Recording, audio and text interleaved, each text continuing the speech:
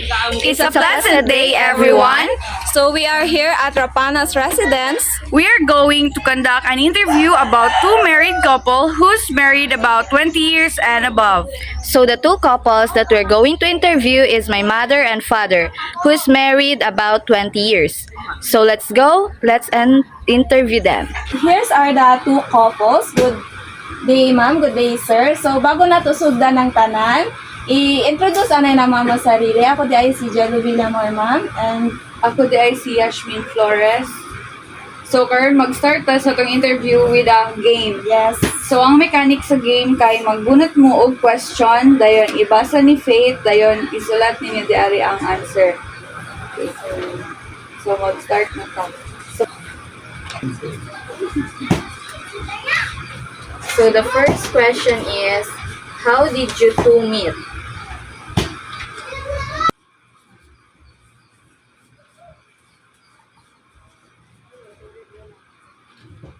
So Show na i-erase to ang answer. answer. show na to sa camera. So, ang answer ni ma'am is nagkita mi sa store. Says lady ko, siya collector. Same lang kay sir, collector. When is the birthday of your firstborn or child?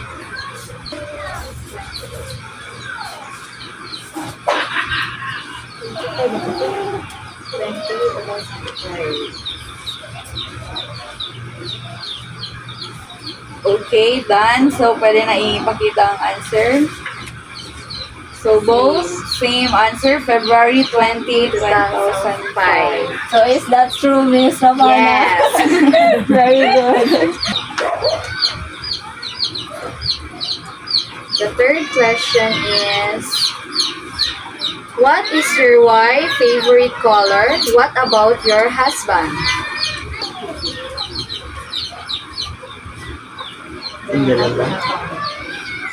Okay, show the answer. So the answer, Sir, tinood ba nga white favorite color niyo, Yes. sir? Ikaw, ma'am, colorful. They know each other talaga.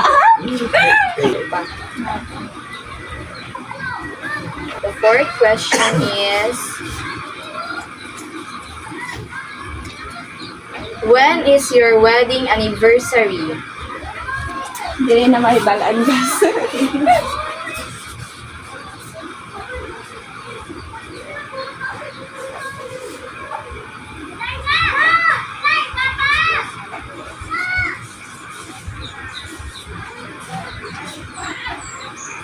So please Okay, show the your answer. Same. Wow, Same same. answer. April 11, 2004. The fifth question is, where was your first date?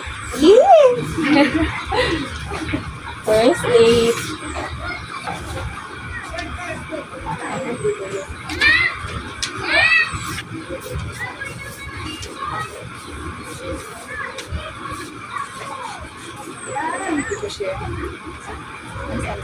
Please show your answer.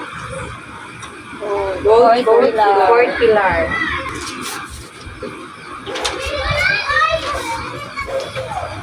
What is the favorite expression of your wife? What about your husband? Smile si ma'am.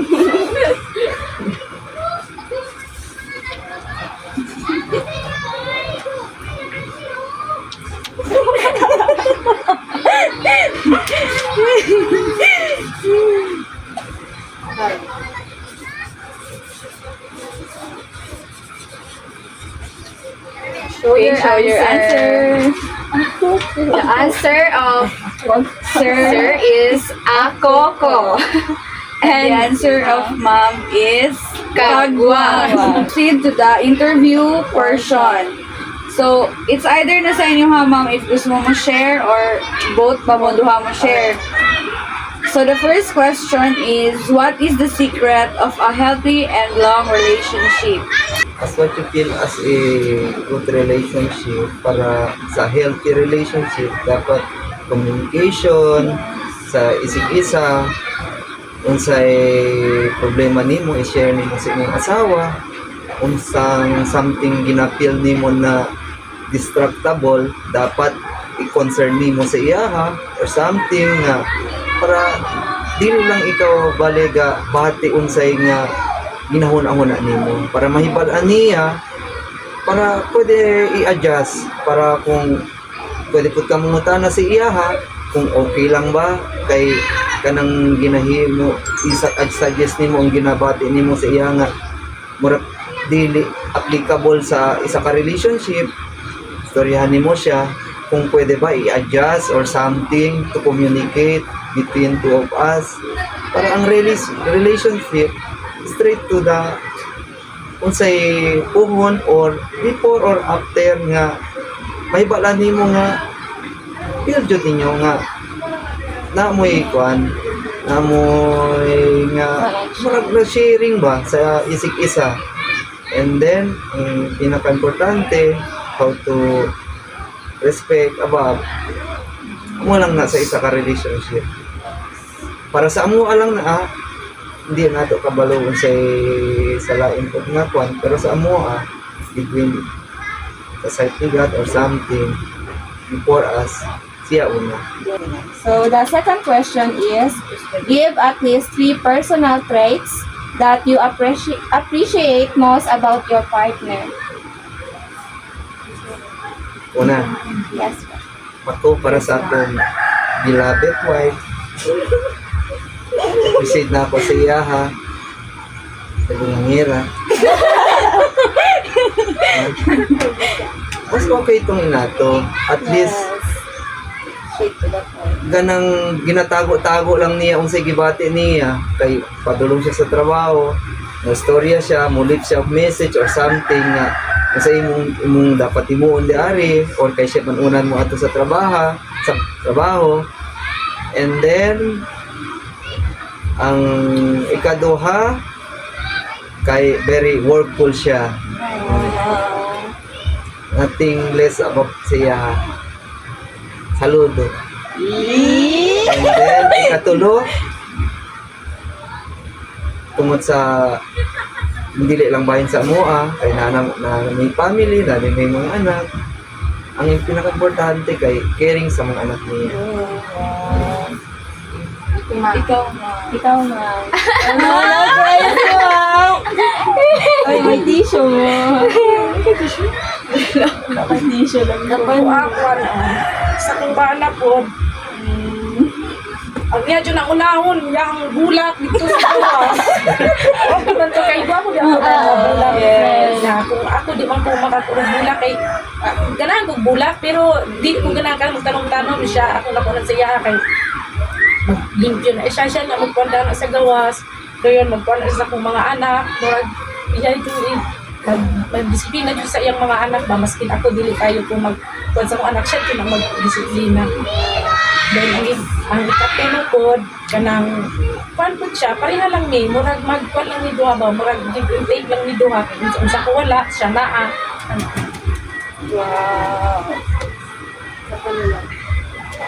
So the third question is, would you like to share with us some conflict you had in the past as a couple? How did you overcome it?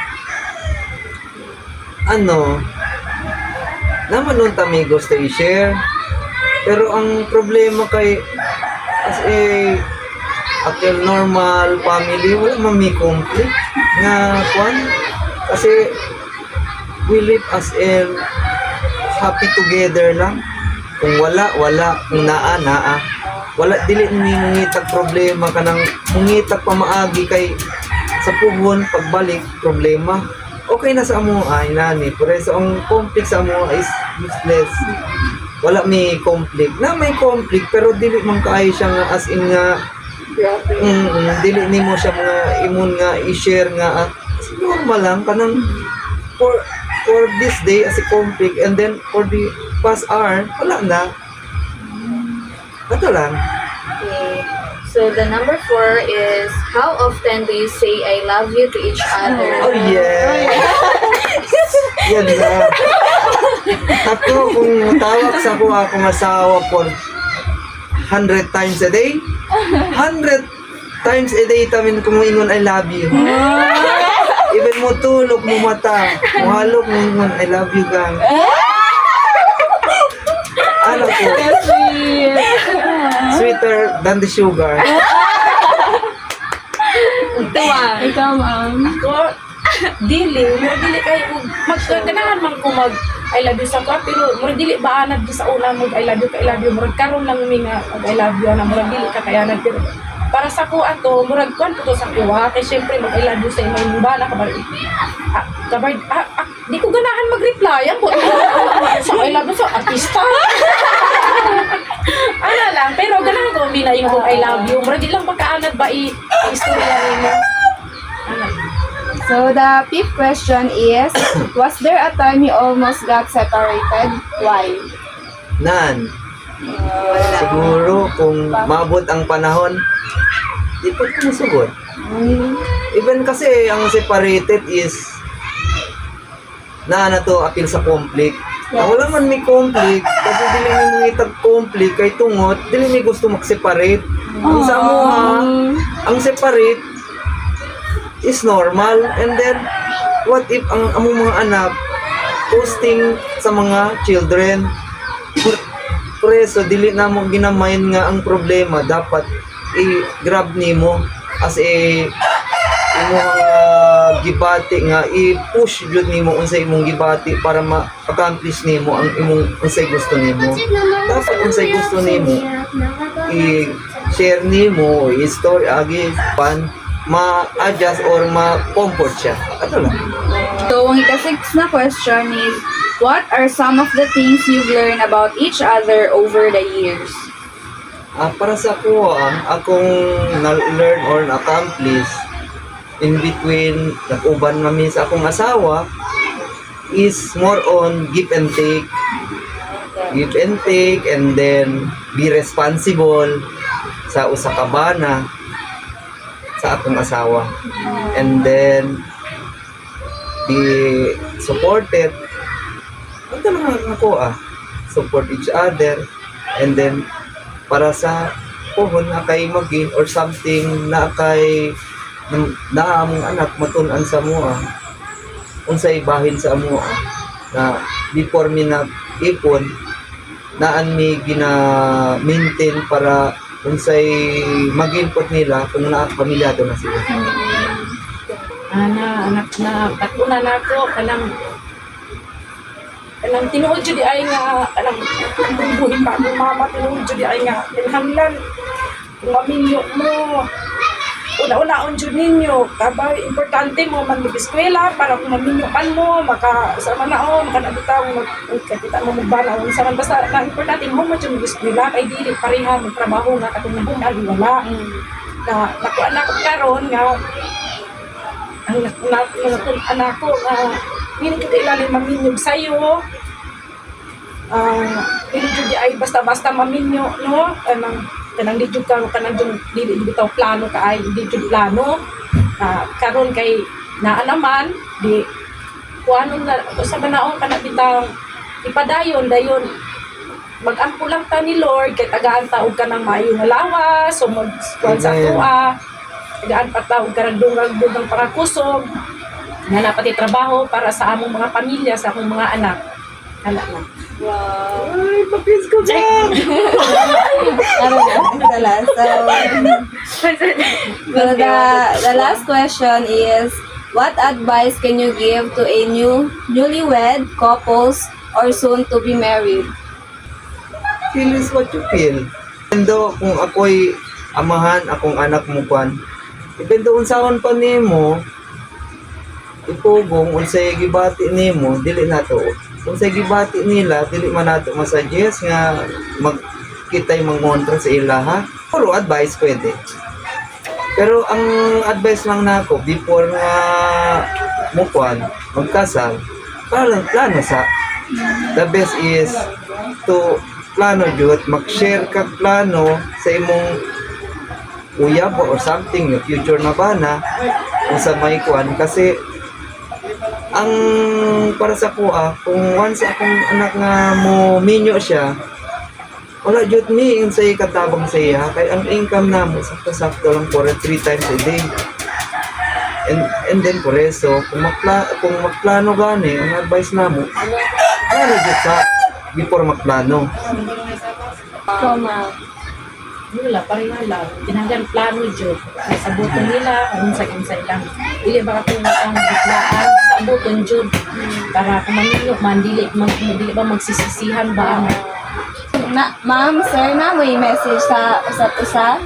Like, short message lang. Ako na. Na-edit for Mrs. Sir message kayo. Siyempre, concern ko kay ko good health always. Kaya akong asawa. Permanente na sa trabaho, bisan Domingo. Chambara karon na di rin sa balay. Pero sa happy ka ayaw mi. Happy ko kay naa siya. Sahay kasi akong trabaho is part-time only. Wala ko yung fix nga trabaho. Makatrabaho lang man ko fix. Pero di ko ma-comfort sa akong kauban, mawala ko. And then, I love you guys. Ito lang, kasi wala na kung sa ginapangita paglain. Naana sa kuatanan. Naana sa akong anak at sa akong asawa ang akong ipangita. So, thank you, Lord. Wow. Ikaw, ma'am. Message kay sir. Hindi na dyan maka-I love you sila siguro. Rooting for I love you ni ma'am. Ma'am, nagaulat yun si sir, ma'am. Ready na ang Hindi tayo I love you. Oh my God. Oh, nagulat na ako. Tell Salamat me. ko sa iya ha, kay naa siya. Kasi ko diri sa akong mga anak, diri, masin wala ko. Ano lang, thank you. And I love you. Thank you so much for the video love. What a nice love story. So before na mo i-end ang atong interview, we would like to express our gratitude sa inyo ang duha, ma'am and sir, for giving this opportunity na maka-interview mi sa inyo, and also for sharing your love story and The advice you give to us as a future getting married child. God bless. Yes. so we would like to extend this small gift or token for both of you. Oh, thank you. Ngayon, salamat. At least, na-share po na mo ang panginabuhi sa pubo. Hindi mo mapuri. Ate pa na po. You are rich, full of love. Oh, rich of love, rich of smile. Nara na, strong health. Okay. So that's all for today's interview for two couples, Mr. and Mrs. Rapana. Bye!